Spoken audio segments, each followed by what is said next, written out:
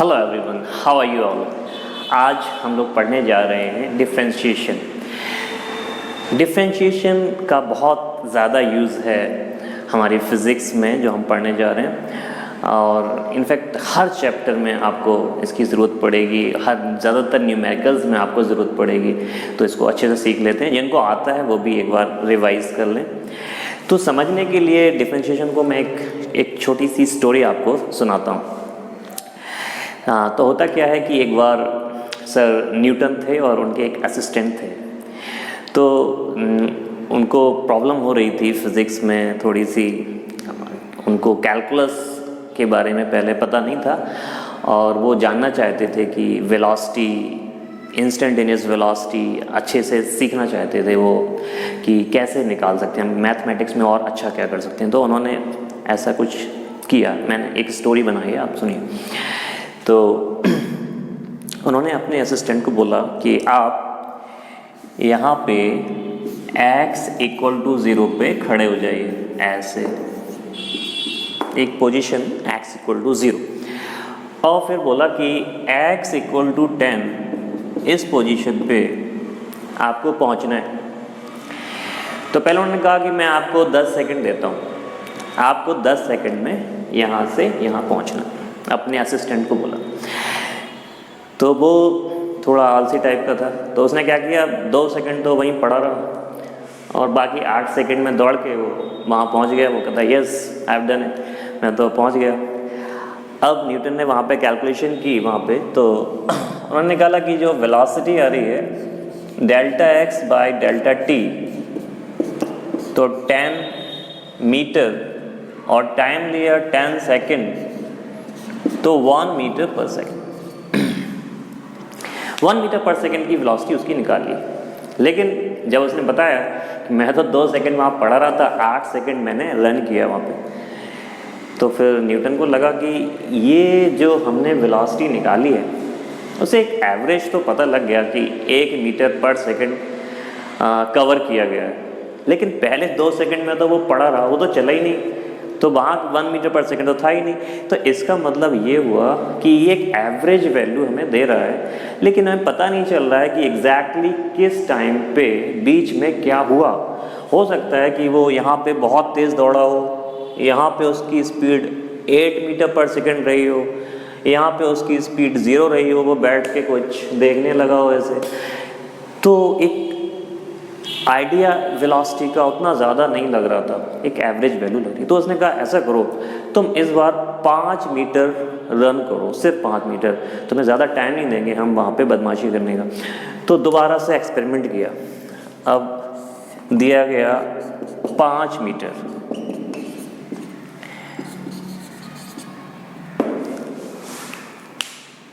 अब उसने फिर थोड़ी सी बदमाशी की। वो एक सेकंड बीच में कहीं बैठ गया और फिर उसके बाद 5 सेकंड में ही 5 मीटर उसने कवर किया। टोटल 5 सेकंड में, मतलब 4 सेकंड में कवर कर लिया, 1 सेकंड उसने रेस्ट कर लिया। तो अल्टीमेटली उसने टाइम लिया फिर 5 सेकंड। फिर से न्यूटन ने कैलकुलेशन किया, तो Δx/Δt 5/5, तो 1 मीटर पर सेकंड फिर से आया। बोले कि अभी टाइम तो मैंने थोड़ा कम कर दिया है, आपका डिस्टेंस भी कम कर दी है, लेकिन एवरेज स्पीड अभी भी 1 मीटर पर सेकंड आई है, लेकिन इसमें भी तुमने बदमाशी की है। आपकी स्पीड हमेशा 1 मीटर पर सेकंड तो नहीं रही, कभी ज़्यादा रही है, कभी तो 0 ही रही है। 1-2 सेकंड तो तुमने ऐसे ही टाइम पास के लिए बैठ गए थे। तो अभी भी वेलोसिटी का एक एग्जैक्ट आइडिया नहीं लग रहा है कि किस मोमेंट पे कितनी वेलोसिटी थी। तो उन्होंने कहा ऐसा करते हैं, हम इस ड्यूरेशन को और कम कर देते हैं, तुम्हें बदमाशी करने का ज़्यादा टाइम नहीं मिलेगा। तो अब असिस्टेंट भी नाराज़ हो गया, बार बार दौड़वा रहे हैं, तो वो भी ऐसे जा रहा है, ठीक है। तो उसने कहा कि इस बार, न्यूटन बोले इस बार x = 0 से x = 1 तक सिर्फ 1 मीटर आपको चलना है। अब वो परेशान हो गया, ये तो बहुत बदमाशी हो गई है, अब तो 1 मीटर चलना है, तो अब तो मैं आराम करने का टाइम ही नहीं। तो उसने क्या किया कि वो 1 मीटर चला और उसने एग्जैक्ट 1 सेकंड लिया सपोज। फिर से निकाला गया Δx/Δt, तो 1/1 तो 1 मीटर पर सेकेंड फिर से आया। तो न्यूटन ने कहा कि हाँ अब थोड़ा बेटर आइडिया लग रहा है, अभी इतना फालतू टाइम तुमको नहीं मिला कि हम ये कह पाएँ कि नहीं तुम आराम कर लिया था ज़्यादा ये वो, लेकिन फिर भी इतना तो पक्का है कि 0 से 1 सेकंड के बीच में हमेशा तुम्हारी स्पीड 1 मीटर पर सेकंड नहीं रही होगी। 0 से 1 सेकंड के बीच में अगर देखा जाए तो कभी थोड़ी सी ज़्यादा होगी, कभी थोड़ी सी कम होगी। जब तुम एकदम ऐसे खड़े थे फिर स्टार्ट हुए और फिर 1 सेकंड में ऐसे यहाँ पहुँचे, तो बीच में हो सकता कभी ज़्यादा 0.5 सेकंड, अगर एग्जैक्टली 0.5 सेकंड पे देखी जाए तो तुम्हारी स्पीड हो सकता कुछ और ज़्यादा रही हो या कम रही हो। तो हमें क्या करना चाहिए, वो कह रहा है हमें टाइम को और कम कर देना चाहिए। अगर मैं इस 1 सेकंड को और कम कर दूं तो मैं एग्जैक्टली कितने मोमेंट पे कितनी वेलोसिटी थी आपकी, तो मुझे और बेटर आइडिया लगेगा। तो फिर न्यूटन ने सोचा कि अगर मैं और छोटा करता जाऊं, डेल्टा टी को और छोटा करता जाऊं, तो मैं उस ड्यूरेशन को कम करके ये चीज़ आइडिया लगा सकता हूँ कि एग्जैक्टली किसी मोमेंट के आसपास कितनी वेलोसिटी रही होगी। तो फिर इस चीज़ को सोच के उन्होंने कहा इस टाइम को हम बहुत कम करते हैं, 1 सेकंड की जगह हम 0.1 सेकंड कर दें, 0.01 सेकंड कर दें। तो प्रैक्टिकली ये उसका असिस्टेंट तो नहीं कर पाएगा कि 0.1 सेकंड में कितना, लेकिन थ्योरेटिकली अगर हम ऐसा करें, कम करते जाएं, कम करते जाएं, कम करते जाएं, तो फिर हम वेलोसिटी का जो इंस्टेंटेनियस वैल्यू है उसकी तरफ बढ़ते चले जाते हैं। तो थ्योरी यहाँ से ये बनाई। फिर न्यूटन ने कहा कि अगर मैं डेल्टा टी को बहुत छोटा कर दूँ, इसको मैथमेटिक्स में ऐसे लिखते हैं delta T tending to 0, not 0, tending to 0। तो टेंडिंग टू 0 का मतलब है कि ये जो वैल्यू है वो 0 से थोड़ी सी ज़्यादा है। तो इसको मैथमेटिक्स में ऐसे लिखते हैं लिमिट। तो limit delta T tending to 0 delta X by delta T. जब हम इसको ऐसे लिखेंगे तो फिर इसको ऐसे कहते हैं D x by D T. तो इस तरह से कैलकुलस की स्टार्टिंग हुई और न्यूटन ने कैलकुलस पूरी बनाई फिज़िक्स को ज़्यादा अच्छी तरह से समझने के लिए। ये जो स्टोरी मैंने सुनाई वो मैंने बनाई थी, ऐसा कुछ एक्चुअली में नहीं हुआ, लेकिन हाँ ये जो कैलकुलस पूरा जो बनाया गया वो न्यूटन ने बनाया था। तो कुछ ऐसी ही ज़रूरत फील करके उन्होंने ये चीज़ बनाई। तो delta X by delta T, अगर मैं डेल्टा टी टेंडिंग टू 0 कर दूं तो D x by D T उसको बोला गया मैथमेटिक्स में, कैलकुलस में, उसका मतलब हुआ कि exactly rate of change of X with respect to T, मतलब एक्स टाइम के साथ किस रेट से चेंज हो रहा है एट अ पर्टिकुलर मोमेंट, वो आइडिया लगा। मतलब प्रैक्टिकली हम यहाँ पे देखें तो किसी पर्टिकुलर मोमेंट पे कितनी वेलोसिटी है एग्जैक्टली इस पोजीशन पे, सपोज t = 3 पे वो किस वेलोसिटी से चल रहा है, तो वो हमें कौन बताएगा, ये वैल्यू बताएगी dx by D T. Because वहाँ डेल्टा टी को हमने बहुत छोटा कर दिया है, तो वो जो ड्यूरेशन है, जो पीरियड ऑफ टाइम है, वो एक पॉइंट ऑफ टाइम बन गया है लगभग, इस वजह से। तो ऐसे लिखा गया फिर limit delta T tending to delta X by delta T dx by D T. अब इसको मैथ्स में ऐसे बोला गया, दिस इज डिफरेंशिएशन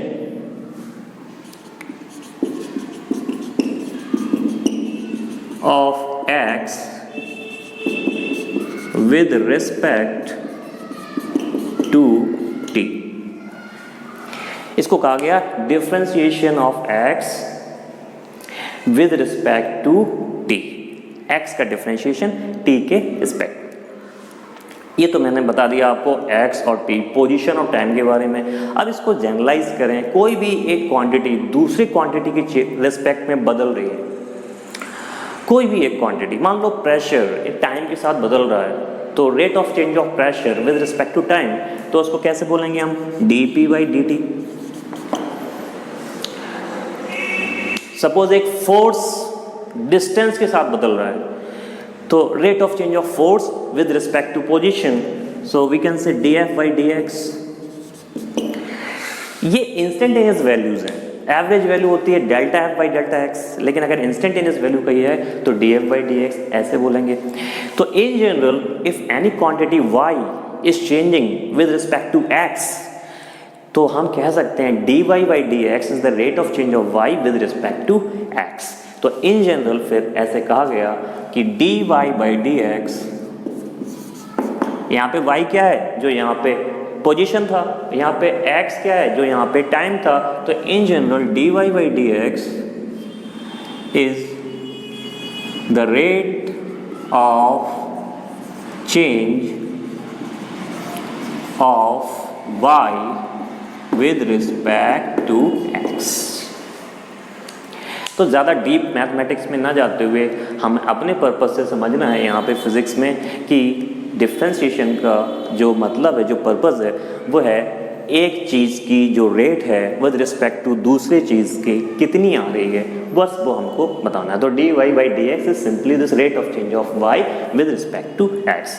तो हमेशा यही चीज़ करनी पड़ेगी। इसके लिए रूल्स हैं कि डिफ्रेंशिएशन कैसे किया जाए। तो हमारे लिए इंपॉर्टेंट है कि हम वो रूल्स को सीखें और डिफ्रेंशिएट करना सीख लें। फिजिक्स में हमें उसी चीज़ की ज़रूरत है, ठीक है। तो वो रूल्स हम पढ़ते हैं फिर।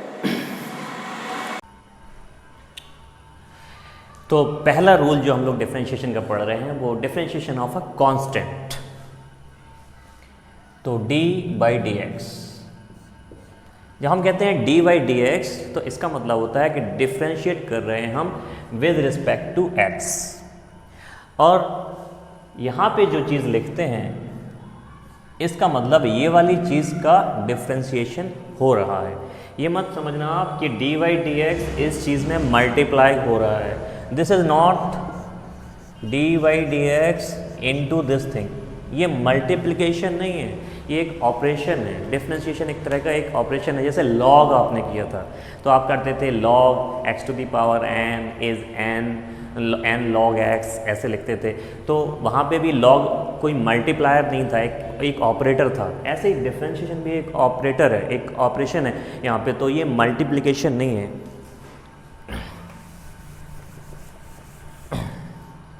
हाँ, तो मैं ये कह रहा था कि D Y D X any constant, अगर यहाँ पे एक कॉन्स्टेंट है तो ये वैल्यू ज़ीरो होगी। इसको समझना आसान भी है। मैंने अभी पढ़ाया था आपको rate of change of position with respect to time. तो अगर पोजीशन बदलती ही नहीं तो रेट क्या होती, ज़ीरो। मान लो जो स्टोरी मैंने सुनाई थी, वो असिस्टेंट एक ही जगह खड़ा रहता है ऐसे, आप टाइम कितना भी चेंज करो तो वहाँ पे तो वेलोसिटी ज़ीरो ही आती।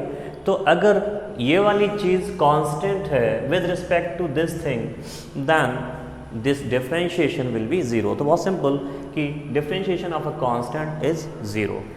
कांस्टेंट का मतलब सिर्फ कोई नंबर ही नहीं है, ये ध्यान रखना। कांस्टेंट कोई भी क्वांटिटी हो सकती है जो चेंज नहीं हो रही हो।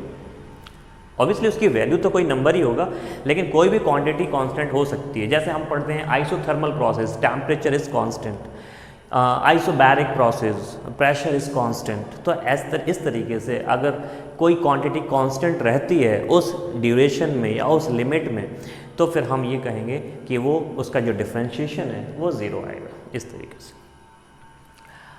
हाँ, ये दूसरा रूल और जिसका सबसे ज़्यादा हम लोग यूज़ करेंगे वो है D by D X differentiation with respect to X, X to the power N. ये चीज़ हमें पढ़नी है। यहाँ पे हम x to the power n का डिफरेंशिएशन कर रहे हैं x के रिस्पेक्ट में। तो इसका जो फॉर्मूला होता है, जो रिजल्ट होता है, जो रूल है, वो है ये पावर जो है n, इसको नीचे कर लेते हैं हम ऐसे, और एक पावर यहाँ पे कम कर देते हैं लाइक दिस। ये चीज़ बहुत सिंपल है। जिनको नहीं आती है उनसे बात कर रहा हूँ, जिनको आती है तो उनके लिए तो ज़रूरत नहीं है सब। तो डिफरेंशिएशन करने में क्या है, मैं X to the power N में पावर को नीचे लेके आना है, इसको नीचे लेके आ गए और पावर को एक माइनस कर देना है, बहुत सिंपल। तो यहाँ पे एन क्या है, एन जो है वो एक्स के ऊपर का नंबर है, कौन आप एक्स की पावर है वहाँ पे, ठीक है। तो यहाँ पे एग्जाम्पल करें अगर हम इसमें, तो D by D X x, अब सिंपली अगर x लिखा हुआ है तो इसका मतलब x की पावर कितनी है 1, तो n की वैल्यू कितनी हो गई यहाँ 1, यहाँ पे n की वैल्यू हो गई 1, तो n की वैल्यू 1 है, तो अभी n 1 पावर को नीचे लाए, यहाँ पे पावर 1 कम कर दिया, तो 1 x टू द पावर 0, तो कितना बचा 1, क्योंकि x टू द पावर 0 की वैल्यू होगी 1, तो अल्टीमेटली बचा 1। तो अगर हम कहें dy dx x, तो वैल्यू कितनी आएगी 1, तो इसको हम जनरलाइज कर सकते हैं कि dy dy y, ये भी क्या आएगा 1, तो dy d anything and the same thing is here, this will give you 1। जिस चीज़ के रिस्पेक्ट में डिफ्रेंशिएट कर रहे हैं वही वाली चीज़ अगर यहाँ पे रखी हुई है तो डिफ्रेंशिएशन की वैल्यू 1 आएगी। अब हम इसमें और एग्जांपल लेते हैं, डिफ्रेंशिएशन करें x टू द पावर 2 का। अब इसमें पावर 2 है तो 2 को नीचे लेके आते हैं और पावर यहाँ पे 1 कम कर देते हैं, तो ये कितना आ गया 2x। तो x स्क्वायर का अगर डिफरेंशिएशन करेंगे x के रिस्पेक्ट में कितना आएगा 2x। अब x की जगह आप कुछ भी चीज़ ले सकते थे, मान लो y का y स्क्वायर के रिस्पेक्ट में करते तो वो 2y आ जाता, तो dy d y स्क्वायर कितना आ जाता, 2 पावर को नीचे करना है और पावर में से 1 माइनस करना है, तो y टू द पावर 2 - 1 यानी 1, तो ये आ जाता। तो इस तरीके से हम कह सकते हैं dy d anything and that thing to the power 2 is twice of that thing। इस तरीके से हम कर सकते थे, जो चीज़ यहाँ पे है वही चीज़ अगर यहाँ पे है तो फिर हम डिफरेंशिएट करेंगे तो ट्वाइस ऑफ वो आ जाएगा, इस तरीके से, ठीक है। और एग्जाम्पल हम करें dy dx x to the power 5, तो अभी पावर कितनी है 5, तो 5 को डाउन करेंगे, नीचे लेंगे, अब इसके बाद ऊपर पावर में 1 माइनस कर देंगे, तो 5x टू द पावर 4। आसान है। और एग्जांपल करते हैं dy dx x to the power मान लो 3/2, अब इसको नीचे लेंगे x टू द पावर 3/2 - 1। आसान है, उसको सॉल्व कर लेंगे हम, तो ये आएगा 3/2 x टू द पावर 1/2, 3/2 - 1 कितना आया 1/2, तो ये इसको लिख सकते हैं हम 3/2 √x। ये सारे आपको याद करने की ज़रूरत नहीं है, ये आप अपने आप ही करते चले जाओगे।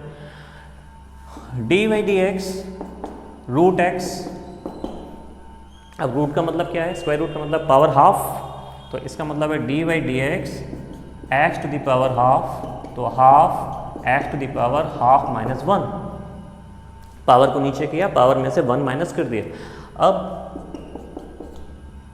हाफ -1 कितना होगा -हाफ, और -हाफ को नीचे लेके आएंगे तो √x, नीचे आके +हाफ हो जाएगा, वो √x बन जाएगा, तो √x का जो डिफरेंशिएशन आएगा वो कितना आएगा 1/2 √x। इसको आप चाहें तो याद कर सकते हैं, ये काम में आता रहेगा। √x का डिफरेंशिएशन कितना आएगा 1/2 √x, लाइक दिस। अब पावर में माइनस हो तब भी सेम रूल फॉलो होता रहेगा, dy dx x to the power -3/4, कोई दिक्कत नहीं है, विद माइनस होगा, तो -3/4 x टू द पावर -3/4 - 1, इसको सॉल्व कर लेंगे तो पावर में माइनस भी हो सकता है, इसको हम सॉल्व करते रहेंगे। अब मैं आपको होमवर्क दे रहा हूँ, आप लोग करेंगे, डिफ्रेंशिएट करना है आपको dy dx x to the power 4/3 dy dt t to the power -3/7, ये आपको सॉल्व करना है। एक चीज़ और सीखते हैं हम इसमें, रूल नंबर 3 कहते हैं आप, अगर कोई कांस्टेंट मल्टीप्लाइड है आपकी क्वांटिटी में जिसको हम डिफरेंशिएट करना है, तो उस कांस्टेंट को हम ऑपरेटर से बाहर ले सकते हैं। कैसे, देखिए D Y D X X to the power n, ये चीज़ हमने पढ़ी थी, पावर रूल है ये, पिछले वाले रूल में पढ़ी थी। मान लो यहाँ पे एक कांस्टेंट यहाँ पे मल्टीप्लाइड है, मान लो k इज अ कांस्टेंट,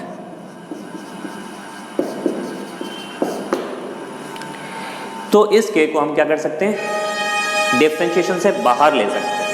तो दिस इज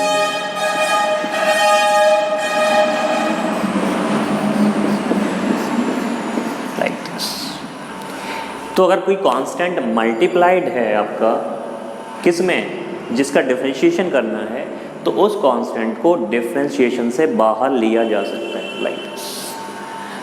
अब आप इसको आगे, इसका तो डिफरेंशिएशन आता है आपको, पिछले रूल में पढ़ा था, पावर नीचे करेंगे, पावर में -1 कर देंगे। इसमें और एग्जाम्पल करते हैं हम लोग, D Y D X X to the power 2 और यहाँ पे है 3, तो कांस्टेंट को बाहर कर लिया, D Y D X X square, इसको सॉल्व करेंगे तो 3 और इसमें 2 पावर नीचे की, एक पावर कम कर दी 1, तो ये कितना आ गया 6x, इसको सॉल्व कर लेंगे 6x। और एग्जांपल करते हैं, डी वाई डी एम और यहाँ पे है 6 रूट m, यह है आपका 6 रूट m। तो क्या करेंगे हम, जो 6 क्या है वो कांस्टेंट है, तो 6 D Y D M root m। Root m का डिफरेंशिएशन आप कर सकते हैं, अभी थोड़ी देर पहले बताया था आपको, तो ये हो सकता है, इसको कंप्लीट कर लेना,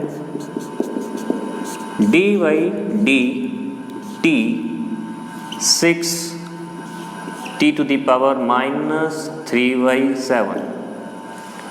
तो क्या करेंगे हम, इसको आप कंप्लीट करेंगे, आप लोग करेंगे, कांस्टेंट को बाहर कर लेंगे और आगे डिफरेंशिएट कर देंगे, ठीक है। तो ये आपका रूल नंबर 3, कांस्टेंट मल्टीप्लाई।